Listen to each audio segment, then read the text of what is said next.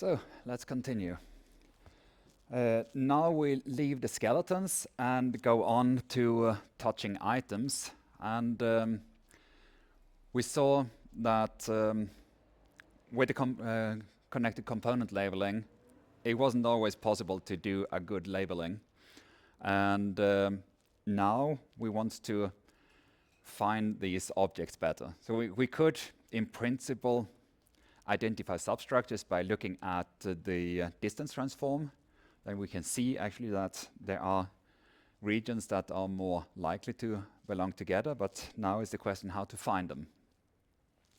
And Watershed is a well-known algorithm, has been around for quite a while now, and it's also even used in different applications, even in machine learning projects. This was a Kaggle competition a while ago, and what they did was they first identified the objects, and then afterwards they were still touching, so then they applied, that's actually the interesting thing, they applied Watershed and some morphology for the post-processing to extract these items. So it's still used, so quite a lot actually, even though you use all these big learning methods, the final step may still be done this way. So let's take a look at the cell image. We have the microscope image of stained cells with some grayscale, just converting it, and then it was segmented, and then someone did our labeling as a ground truth. This is what the expert is expecting from this microscope image. Now we want to just to try component labeling and see what happens. And first we need to produce some data. And now for the demonstration, actually, I'm just going to look at a very narrow little piece here. And this is zoom in of that area. And if we try the component labeling here, we will try, first we have the gray level, we do the segmentation, and we get two labels. We have one block here and one block down here. But the ground truth tells us that it should be actually 4 different blocks. So this is an indication that the component labeling will not do the trick here.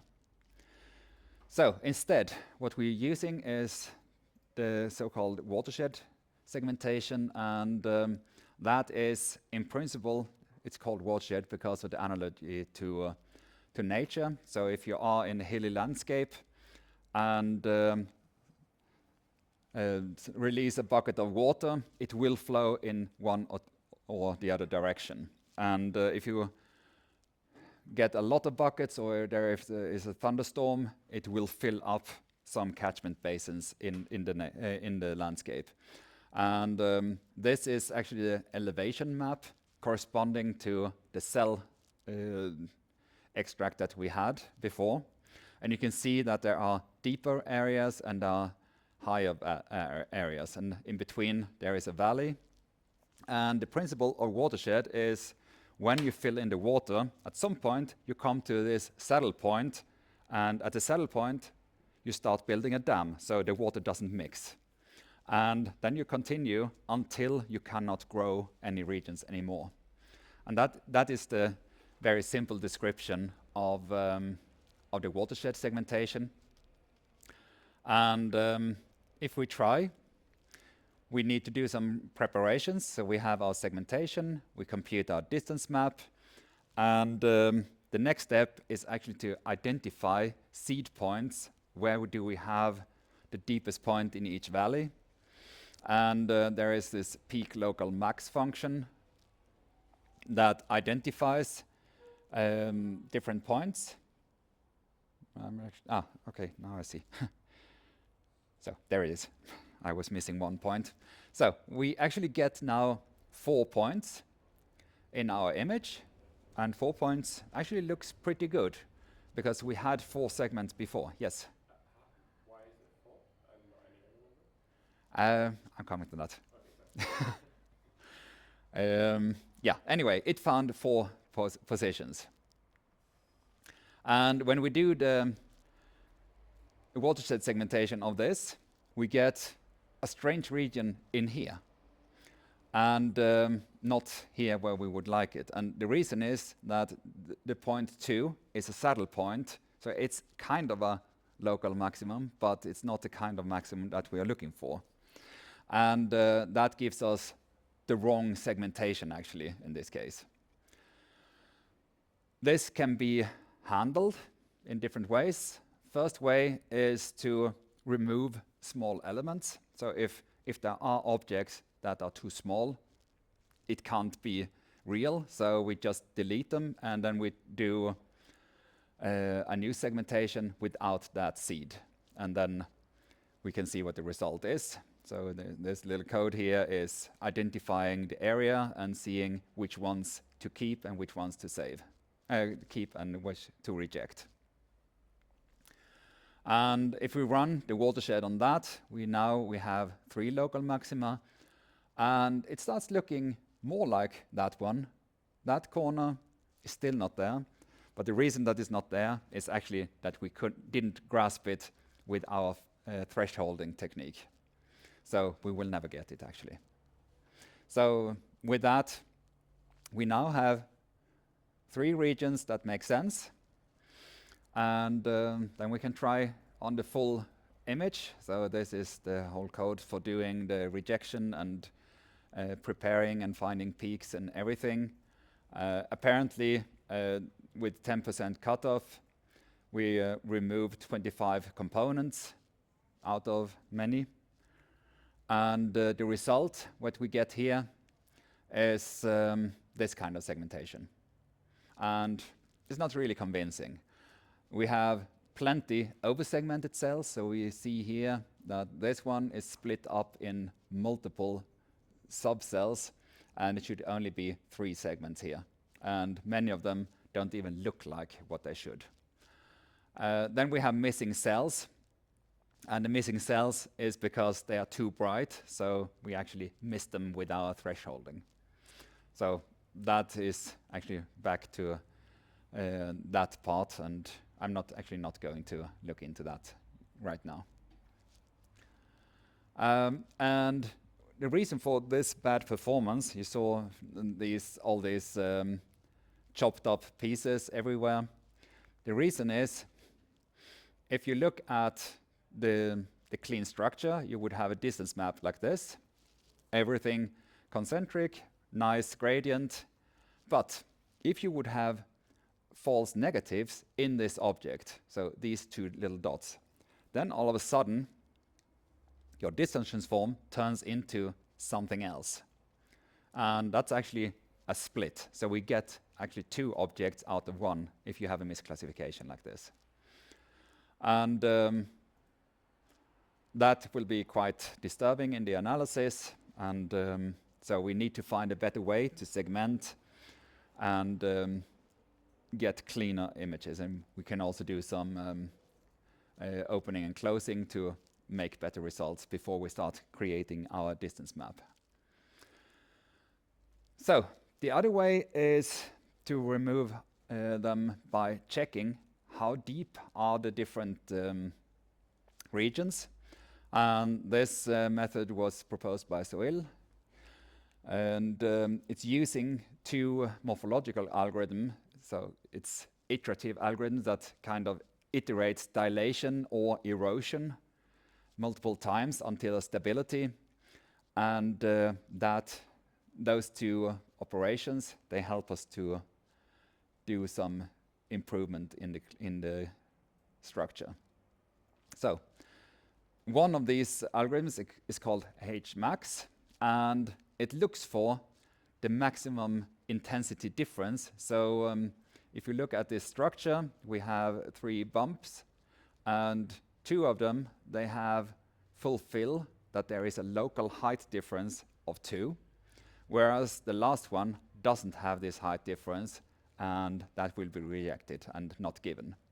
And the output of the Hmax is some peaks where we have the local maxima.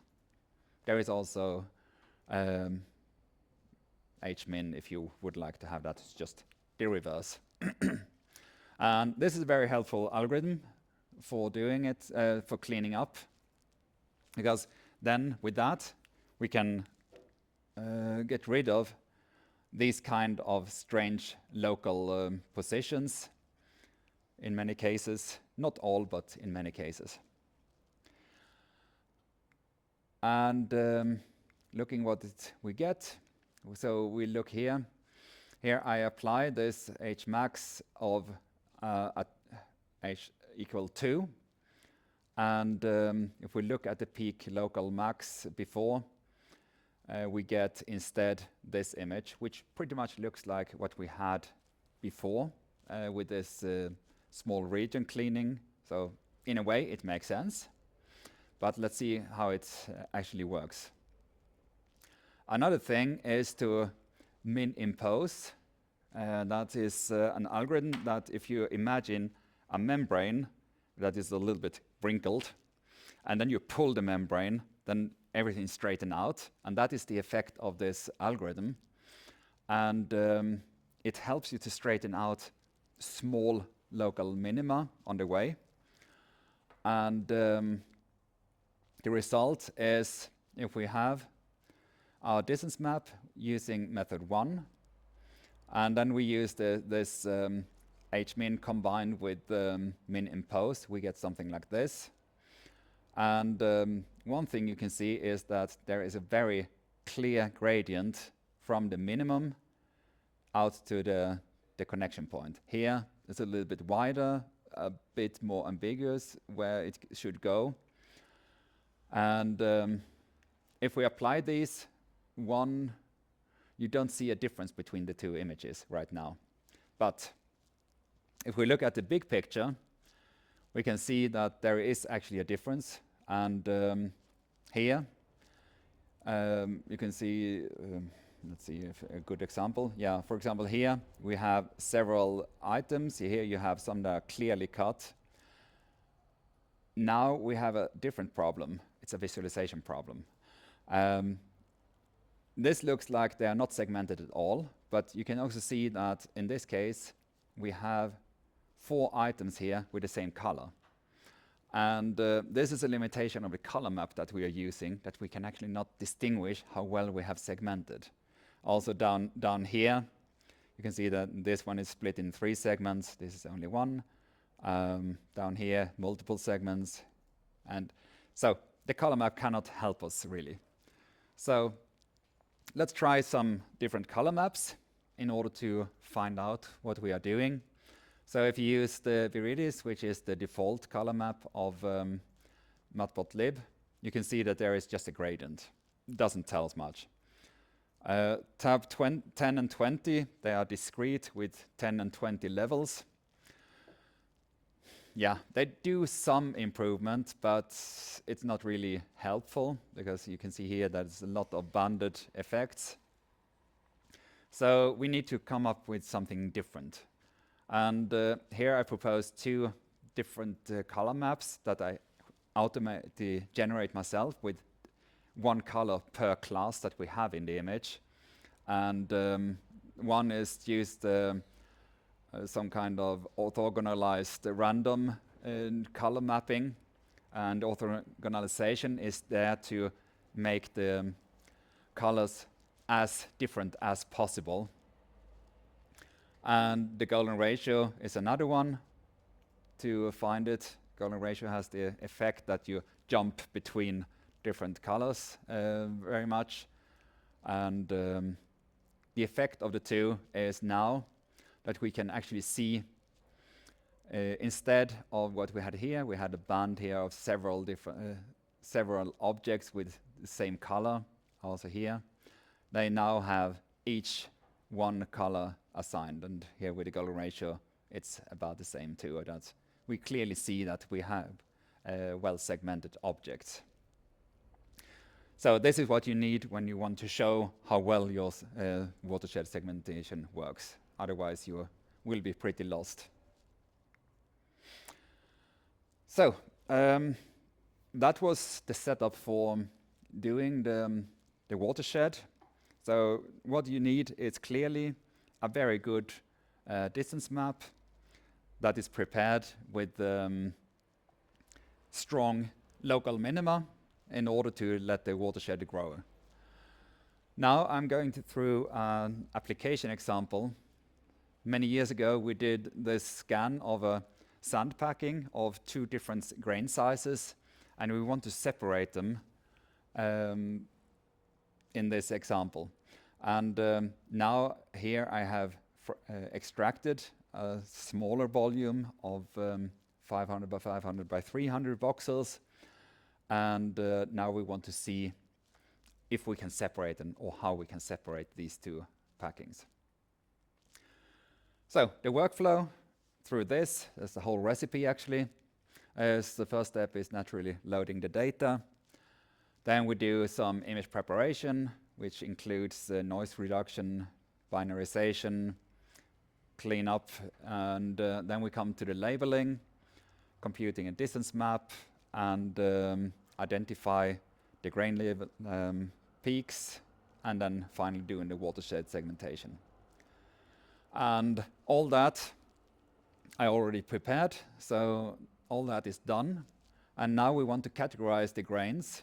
So we want to compute some region information and maybe do some filtering on the regions.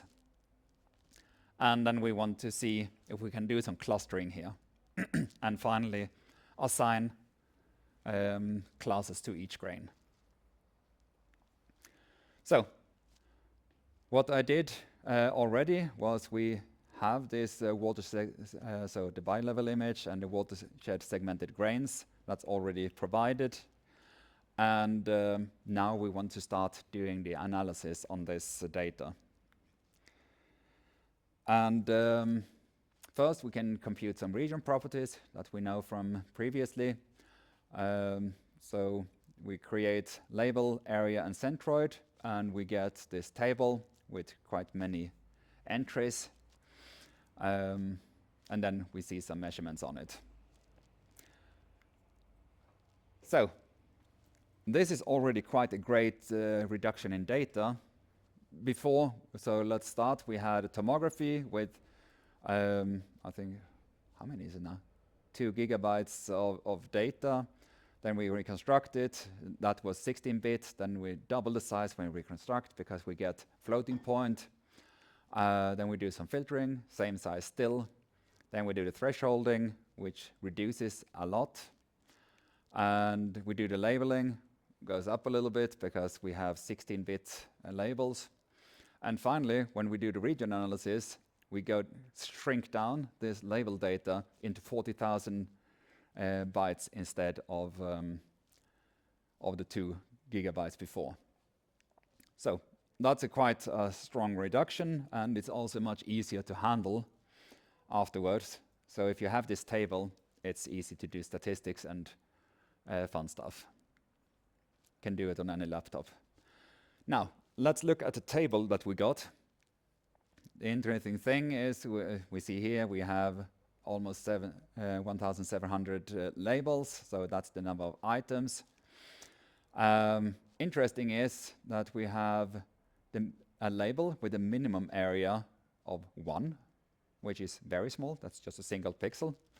And then we have the maximum is 10 to the 7 voxels, which is huge if you compare to the average, which is around 40,000. And that is actually our background. And that one we, of course, that label we, of course, don't want to analyze in any sense. So let's apply some filter to this. We want to get the, see which ones are the foreground, and then we can just look at the table value saying that the area should be less than 10 to the 7. That would extract the background. And then we want to get rid of the small ones. It could be boundary effects, could be misclassified pixels, or something like that. And as we had about 40,000 as average size, I set here the threshold to be 1,000. And that should take most of the small objects. Finally, we extract a new data table, which is called grains, and then we say everything that is foreground and not small should be copied over into this. And then when we look now at the description, we see that the minimum is 1003, so just barely above, and the maximum is 25,000. No, 250,000. And that makes sense in this investigation. The centroids don't make sense to look at right now. So let's look at the statistics. You can see here the volume histogram that most are in this region, but we have some that are much larger. In principle, we can imagine that there are two different distributions, but this is just imagining for the moment. Then we can look at the centroid distribution, and what we can see is that it's much denser in the lower part than in the upper part. So that again actually tells us that we have two segments just by looking at this data. We can look more into these properties, so look at the pair plot of label, area, centroids in different directions. And we have label, area, and the centroids. And you can already see here that there is a nice distinction between the area and if you look at the centroid versus the label, you see that there is like a knee in this data. The other ones are a bit harder to interpret. You can see, for example, here in this one, that the label actually has a height distribution, and that's also an indication that we can use. But now let's reduce the data into only label, area, and centroid 2. And all show some structure information that we could use. The label is kind of a cheating because the label is given from top to bottom, so it actually gives us this knee. But anyway, we put it in the context here anyway. So it's just by algorithmic chance that it happens to be like this. So we can see that there are some logical pairings, that the grains are packed in the vertical direction, and that the watershed actually runs in the vertical direction. So that is what we actually observe here. So let's try. K-means is good for clustering, so let's try it. We apply it to these three values, and then we look at what happens, which group they belong to, and the result is not so convincing actually. We would actually want to have the separation of the clusters about here. One part is here and the other part is here, but this segmentation doesn't really make sense. And if we look at the grain positions, that's a total mix. So this one didn't work out. If you think back on previous lectures, could you imagine one thing that we could do to improve the segmentation result?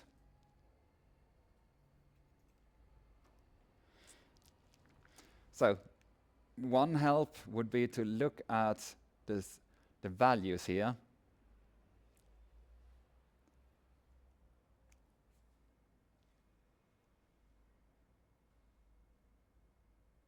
If I say normalization.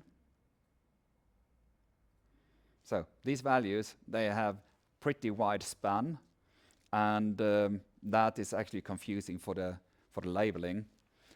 And what we need to do is we need to normalize. So now we normalize each vector, subtracting average and dividing by standard deviation. And that we do on all three labels. And when we run k-means this time, then we get a beautiful separation at the expected position. So again, it's important if you use these clustering techniques, and also I would say any machine learning, normalization is really important and should not be forgotten. And now we can look at the grains in the histograms, and now we have fraction A and B, and what we before kind of saw a hint that there were two distributions, it's much clearer now.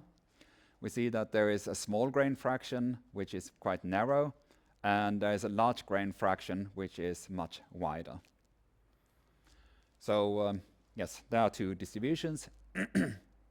And we can also again look at the pair plot and see what they come up with.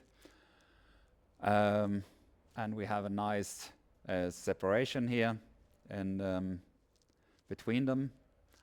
There is some overlap, and we see here the area versus position, versus label here. And here you see area versus centroid, and you can see that there is also quite a good separation, and you can see that there is a slight overlap in the intersection area between the two, or the contact area between the two packings. So next step is to assign the classes back into the image, because right now we only have a watershed segmented where we have individual grains, and we have a black and white image, and now we want to bring the groups back. And that I'm doing again with the reconstruction, morphological reconstruction algorithm and dilation. And that is in principle a region growing algorithm. So I have a seed with a value, and that value is grown within each object. And then we can get our labels. And looking at that, we now get a nice separation. So we have the interface between the two groups. There is an interesting outlier here, but that appears to be quite true anyway, it seems. Yeah, and then we can see if we look at the horizontal plane that there are some grains peeking out between. And then we can look at the interface surface, trying to do the mid distance in the pore space between grains, and then we get the position of this interface surface looks something like this, and we see it varies mostly in the green area, so the position is somewhere around 130 or so, and that is also what we see in this plot. A 3D plot is quite noisy, so it doesn't show so much what we want. Another approach that we could have done is to do a linear regression and find the interface plane between the two classes. That would be an alternative approach to this medial interface. And that brings me to the end of today's lecture. Actually, I forgot to add the distribution part, but in the beginning we looked at how we can classify or analyze point clouds or small events in spatially distributed. And then we looked on the skeletons that provides a minimal structure and preserves the topology. What you need to look out for when you do the skeletons is to have a clean structure when you start creating it. Otherwise, you have a lot of pruning to do. And you can get lost in that part, so it's better to have a clean starting point. The watershed segmentation is a nice way to handle the touching objects, but the problem is that it can be over-segmenting if you don't prepare a good input elevation map. So that is where you have to put your effort into when you do watershed. And the watershed is a very often used algorithm for many applications. So it's a good one to have in the toolbox. And yeah, that's the end of today's lecture. Thank you.